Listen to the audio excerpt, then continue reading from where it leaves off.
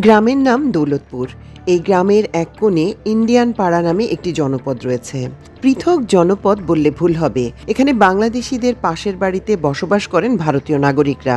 ভারতীয়রা যেখানে বসবাস করেন সেটি সে দেশেরই ভূখণ্ড, যদিও তা কাঁটাতারের বেড়া থেকে ১৫০ গজ দূরে, কার্যত বাংলাদেশের গ্রামেরই অংশ। সীমান্তে বিএসএফ এর হাতে বাংলাদেশি নাগরিক হত্যা, নির্যাতন নৈমিত্তিক ঘটনা। কখনো কখনো ভারতীয় সীমান্তরক্ষী বাহিনীর পাশাপাশি সে দেশের নাগরিকরাও হত্যা নির্যাতনে সামিল হন।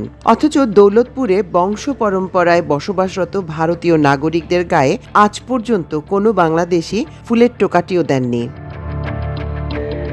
শান্তিতে বসবাসরত এই ভারতীয়রা নির্দ্বিধায় স্বীকার করলেন বাংলাদেশের মানুষের বদান্যতার কথা, যে কারণে পরিবারের কারো শরীর খারাপ হলে তারা চিকিৎসা করাতে পারছেন বাংলাদেশের হাসপাতালে, বাজারঘাট করছেন এদেশের হাট বাজারে, সন্তানদের পড়াচ্ছেনও এখানকার শিক্ষা প্রতিষ্ঠানে, নামাজও পড়ছেন বাংলাদেশের মসজিদে, ঈদগাহে।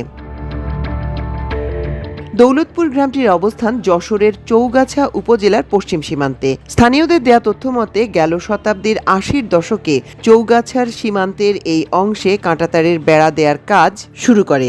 সে সময় ভারত শূন্যরেখায় বারবার বেড়া নির্মাণের চেষ্টা করেছিল, কিন্তু বাংলাদেশ সরকারের দৃঢ়তায় আন্তর্জাতিক নিয়ম অনুযায়ী শূন্যরেখা থেকে ১৫০ গজ দূরে কাঁটাতারের বেড়া নির্মাণ করতে বাধ্য হয় দেশটি। ফল হয় এই যে দৌলতপুর গ্রামের যেটুকু ভারতের ভূমির অংশ, সে অংশ থেকে যায় কাঁটাতারের বেড়ার বাইরে।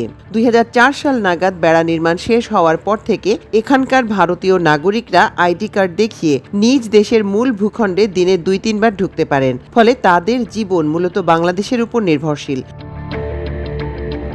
বাংলাদেশি নাগরিক হায়দার আলী, আব্দুল গনি, শফিউদ্দিন প্রমুখের কাছে জানতে চাওয়া হয় এখানে বসবাসরত ভারতীয়দের কোনো সমস্যা হয় কিনা। সবাই একযোগে না সূচক জবাব দেন। একই কথা ভারতীয় মুসল্লিদেরও। তবে তারা গণমাধ্যমের সঙ্গে কথা বলতে ভয় পান, কারণ টহলে আসা বিএসএফ সদস্যদের প্রশ্নবাণে জর্জরিত হওয়ার তিক্ত অভিজ্ঞতা তাদের রয়েছে। গ্রামবাসী জানালেন এখানে বসবাসরত ভারতীয় নাগরিকরা নিজ দেশে ঢুকতে পারেন দিনে ২ থেকে ৩ বার, তাও আবার নির্ধারিত সময়ে। দৌলতপুরের ইন্ডিয়ান পাড়া থেকে কাঁটাতারের বেড়ার গেটের দূরত্ব প্রায় ১ কিলোমিটার। সেখানে ভারতীয় পরিচয়পত্র দেখিয়ে নিজ দেশের অভ্যন্তরে যেতে হয়, আবার নির্ধারিত সময় ফিরেও আসতে হয়। ১ মিনিট এদিক ওদিক হলে ওই দিন আর বাড়িতে নাও ফেরা হতে পারে।